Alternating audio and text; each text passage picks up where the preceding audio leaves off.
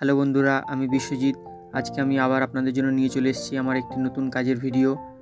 আজকের আমাদের ভিডিওর টপিক হচ্ছে এই পাশে রাখা মডেল ফুলদানিগুলো। এগুলো আমরা কিভাবে বানাই চলুন আপনাদেরকে দেখিয়ে দেবো। দেখতে পাচ্ছেন এখানে নানা রকম কালারিং ফুল এবং পাতা রাখা রয়েছে এবং আমি চলে এসেছি ফুলদানিটি প্রথমেই নিয়ে নেব এবং তার মধ্যে একে একে সব কালারিং ফুলের স্টিকগুলো গুজে দেবো।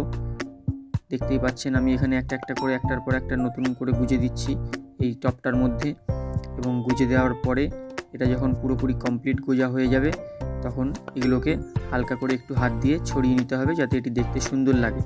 এবং এটি ছড়ানো হয়ে গেলে তারপর আমরা বাঁশ পাতা নিয়ে নেব, প্লাস্টিকের আর্টিফিশিয়াল পাতা।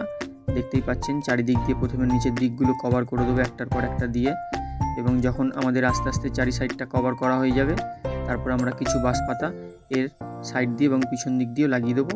তারপর কিছু বাঁশ পাতা মধ্যিখানে লাগিয়ে দেবো যাতে ফুলের যে ফাঁকা ভাবটা আছে সেটা কিছু বাঁশ পাতা লাগালে কভার হয়ে যায় এবং দেখতে এটি সুন্দর লাগে।